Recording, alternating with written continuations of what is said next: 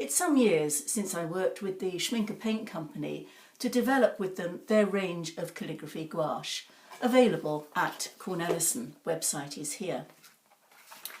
I selected the colours, I tested them with my students, because what we wanted to do is to make sure that the colours passed easily through a pen. Some gouache doesn't, some is gritty, some is grainy, some is greasy. These all are ground particularly smooth and pass very well through a pen, and almost all of them have very good coverage too. And we need that as calligraphers because we want to make sure that the pencil guidelines that we have don't show when we finish the piece of writing. So there are 2 reds, 2 blues, 2 yellows, and those of you who are familiar with Michael Wilcox's book Blue and Yellow Don't Make Green will know the reason for that. If you haven't read the book, then do so because it's really, really useful. The green, what green would I want? Well, I chose oxide of chromium because it passes so well through a pen nib.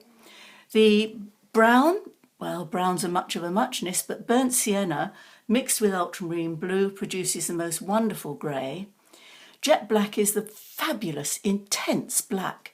And if you've got a problem paper, such as writing in a book where ink just bleeds or doesn't work properly, choose jet black.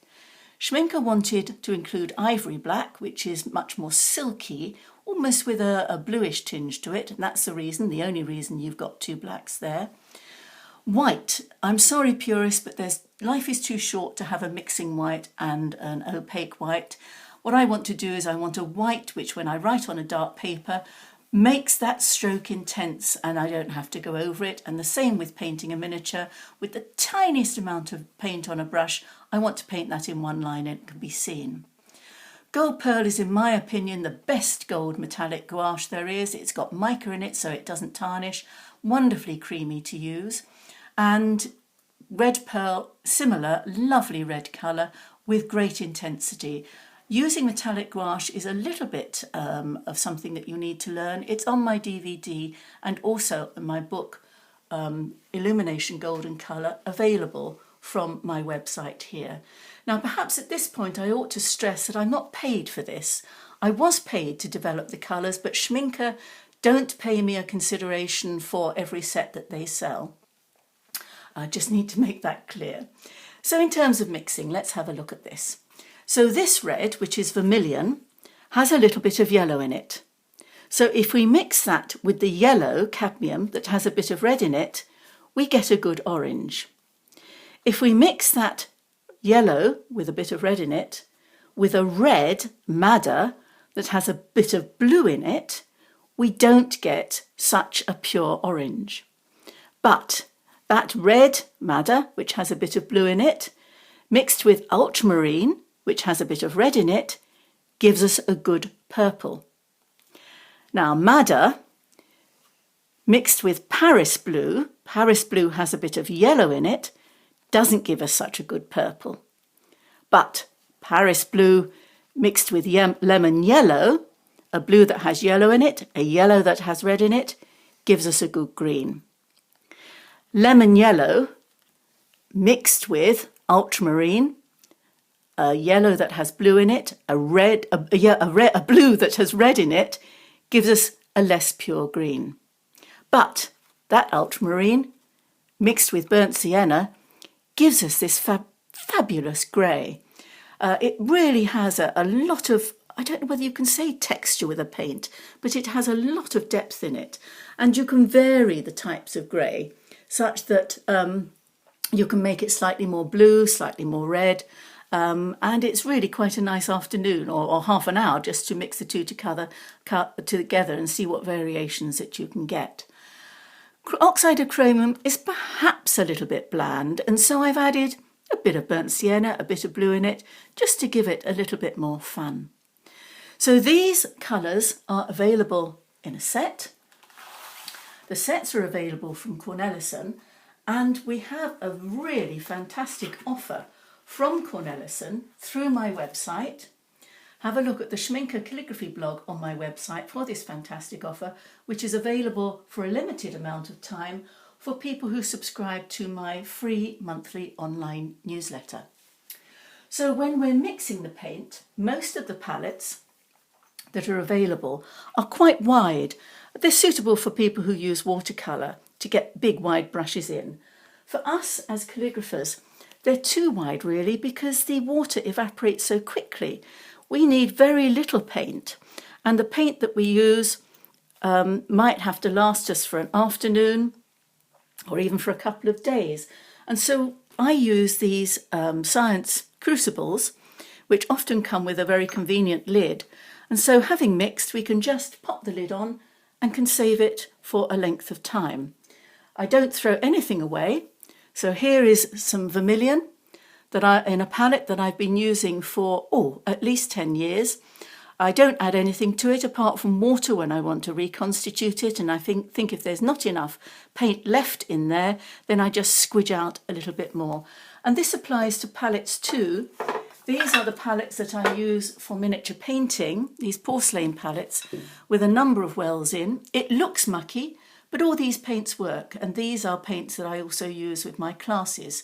So I just pop the lid on, and when I come to my next painting session, that will be ready. Now, to mix up paint, I don't dip a brush in water. I use an ink dropper like this and gradually add drops of water until the paint is the consistency of thin, runny cream. I'm mixing with an old brush, an old cheap brush, because you certainly wouldn't want to be doing this with one of your wonderful Da Vinci Kolinsky sable brushes. Now, I don't know whether you can see that, but that is a bit thick and sticky. That's not going to go through a pen nib. So a couple more drops to get to the consistency of thin, runny cream. And we're about there now. What we want to ensure is that the paint is thin enough, and I think that might be a wee bit thick still, so just a couple more drops. Thin enough to pass through a brush, thin enough to pass through a pen, but also giving us good coverage. So that will work now, and when I finish the painting session, on goes the lid, and I put it to one side. Now, in terms of mixing colours, these are wonderful paints to mix colours, and I'm just going to show you how I mix colours so that I know what the mix will be next time round. So when you're mixing colours, you always start with the light colour first. And what I'm going to do is I'm using an old knife just to slice the paint off there and then squeeze it out along a ruler like this. And I've got there 5 millimetres of paint that I'm putting in to the palette. And it's a wider palette just so that I can show you the mixing. Now, normally I'd wipe that, but I'm doing this for speed. So I'm here, the colour, I'm going to make a pink, cut that off, wipe that away, and then I'm going to just squeeze out a millimetre of paint. Yes, I'm about there now. And put that there. Obviously I would wipe the paint lids very carefully before I put the lids on. Mix them together, add drops of water so that we are the consistency of thin runny cream. Mix up all the paint. We don't want any paint left as it was in the tube, because that paint will gradually make a difference into the mix. And if I ever wanted to mix up exactly this colour again, I will put a little sample of the paint in a notebook. Oh, I've made a mess there. But a sample of the paint in a notebook like this.